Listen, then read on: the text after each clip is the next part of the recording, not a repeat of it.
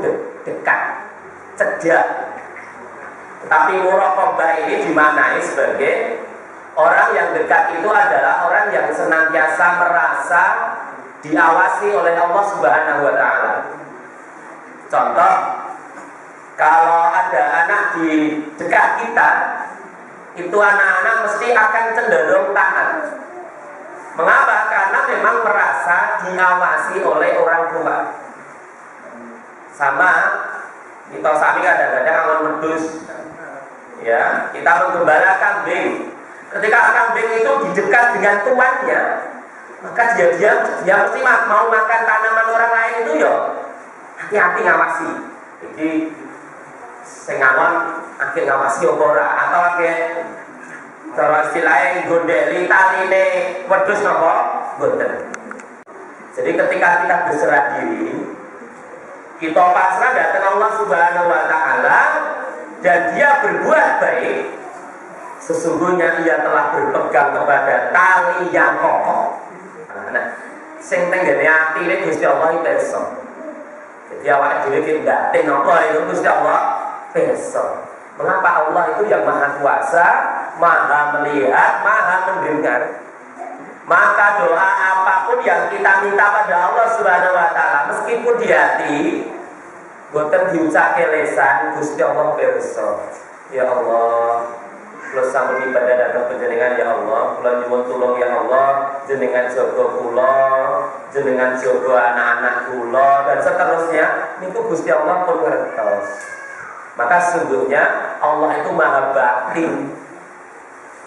Allah itu maha mengetahui segala sesuatu meskipun tidak kita ikrarkan. Tenggene atimu wis ngerti.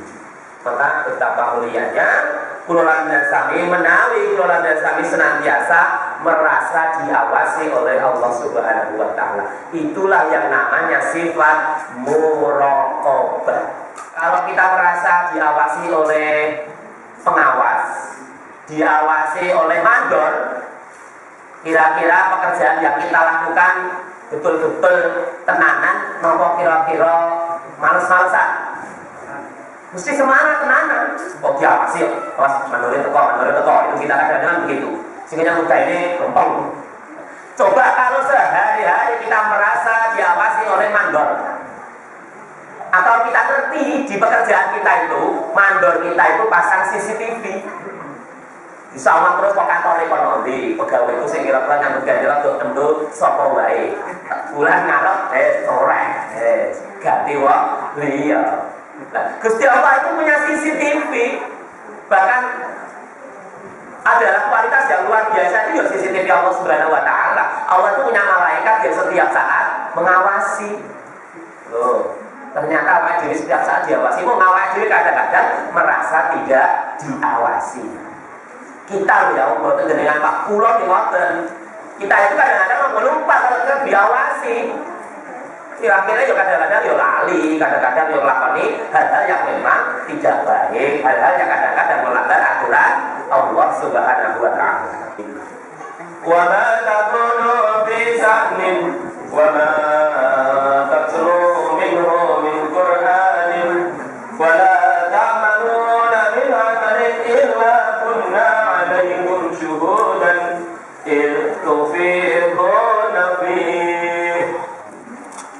Kami itu berarti Allah Subhanahu wa Ta'ala tidak sendiri, dibantu oleh para malaikat. Sama halnya ketika kita mengatakan kami akan mengawasi Anda. Berarti orang berpulau mawar tidak hanya saya saja. Dan seterusnya itu masing-masing saling membantu pekerjaan. Itulah kami. Maka bernegara pun kita juga menerapkan itu. Tidak hanya presiden saja, tetapi presiden dibantu oleh para menteri. Itulah kekatnya bahasa kami itu.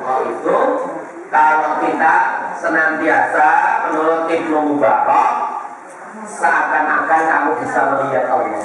Gusti Allah yang berkait soal itu.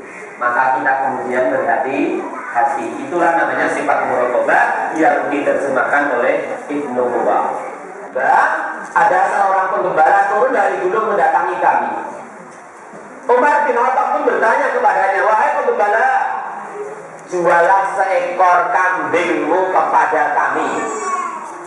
Penggembala menjawab, kambing-kambing ini milik majikanku. Kemudian Umar bin Khattab berkata, katakan saja kepada majikanmu, kambingnya telah diterkam serigala. Kemudian penggembala yang seorang budak itu pun berkata, aina Allah? Lantas di mana Allah? Maka Umar bin Khattab pun menangis. Pada pagi harinya Umar bin Khattab pergi menemui majikan penggembala tersebut, lalu membeli budak tersebut dan memerdekakannya. Yang busui mau bersisi baik. Kalau sisi sama bosan itu, lakukan juragan kau takut nih kau darah ngomong baik. Peduse kita kan serigala pangan, yang dengan serigala itu masih buka pangan. Zaman dia itu kan yang apa sih lagi? Kan belajar apa? Itu ada belajar apa nih ada dia? Kamu aku sih ngomong di mana Allah? Aina Allah? Maka Umar bin Khattab masya Allah nangis suatu saja Allah. Atasnya seorang budak. Budak sampai apa meyakini Allah Subhanahu Wa Taala ngawasi. Karena aku ngambil sijimu ya Gusti Allah menghubungi. Maka kita nggak berani untuk ngakusi itu begitu prinsipnya. Kita senantiasa diawasi oleh Allah Subhanahu Wa Taala. Sehingga apa? Umar bin Khattab akhirnya menangis. Akhirnya keesokan harinya Umar bin Khattab mulai ijazah wis budakmu tak tukune, tak bebaske, tak merdekane. Masya Allah. Insya Allah kalau kita bisa menerapkan hal seperti itu, kita sekalian ini sehari-hari akan senantiasa berbuat dan beramal soleh dalam lindungan dan pengawasan Allah Subhanahu Wa Taala. Itulah muraqabah. Salah satu sifat, salah satu hal ada bagaimana cara kita bisa menjaga diri kita sendiri supaya kita bersih dari hal-hal yang tidak baik. Itu sifat yang kedua. Muhasabah itu dari istilah bahwa kita itu disuruh untuk menghisab. Jadi kita disuruh untuk menghitung-hitung amal yang telah kita lakukan, menghitung-hitung dosa-dosa yang pernah kita lakukan.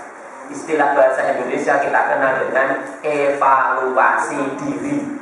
Sholatmu khusyuk, takwai hadiah sorban. Oke Rasulullah siap. Nggih. Wis ana sholat orang rakaat nek sholatmu khusyuk sorban. Betul, Ali bin Abi Thalib niat sholat rong rakaat. Rakaat pertama khusyuk. Rakaat kedua wis kelingan sorban. Aku boleh sholat khusyuk itu hadiah sorban saka Nabi. Rakaat pertama ora kelingan sorban. Rakaat kedua kelingan sorban. Maka ketika selesai sholat, Rasulullah datang Ali bin Abi Thalib, dia Ali. Keluar rakaat pertama saged khusyuk Rasulullah. Ning rakaat kedua kula pun kelingan sorban jenengan Rasulullah. Aku kok itu hadiah sorban. Ya ngono kira-kira salatmu khusyuk ora Ali? Mboten Rasulullah. Masya Allah. Niki sahabat yang hidup bersama Rasulullah, sahabat yang dekat dengan Rasulullah, bahkan sahabat yang menjadi menantu Rasulullah. Niku ngakoni sholat khusyuk angel ya Allah ya Rasulullah, angel. Ya, apalagi kita itu. Tetapi apakah kita kemudian berputus asa? Oh lah, sahabat Nabi ra iso khusyuk pamane aku, tidak boleh begitu. Kita harus berikhtiar isolah. Nek saiki ora bisa, sesuk dilakoni nek. Ngono terus kemudian saiki ra iso, sesuk yo ra iso, sesuk meneh yo ra iso, terus kemudian kita kapok, tidak. Tetapi kita harus berikhtiar setiap saat, setiap kita melakukan ibadah, berikhtiar. Itu namanya muhasabah. Itu memang harus dipulinake. Dalam bahasa Indonesia kita harus konsisten untuk melakukan. Maka mari hadirin yang dirahmati oleh Allah, itulah muhasabah. Ngitung-ngitung amal kita. Termasuk apa muhasabah itu? Ngelingi amal yang tidak baik, dosa yang sering kita lakukan. Itu ya Pak dhewe kelingan ya Allah. aku biar tahu lakoni begini, terus kemudian kita bertobat, kita lakoni yang baik-baik, itu juga bagian dari muhasabah. Aku tahu lakoni elek, aku saiki tak bertobat, tak lakoni sing apik-apik, sing elek-elek tak izin. Itulah kita bermuhasabah dan seterusnya. Nah, itulah bagian dari kehidupan dunia. Itu kadang-kadang ada yang membuat mata kita terpana, ada yang membuat diri kita terpesona dengan keadaan dunia. Maka mari kita senantiasa bermuhasabah. Muhasabah yang paling utama adalah amal yang kita lakukan sudah seumur ini, apa yang sudah kita lakukan. Sudahkah amal yang kita lakukan ini yang akan memudahkan kita kepada jalan Allah Subhanahu wa Ta'ala?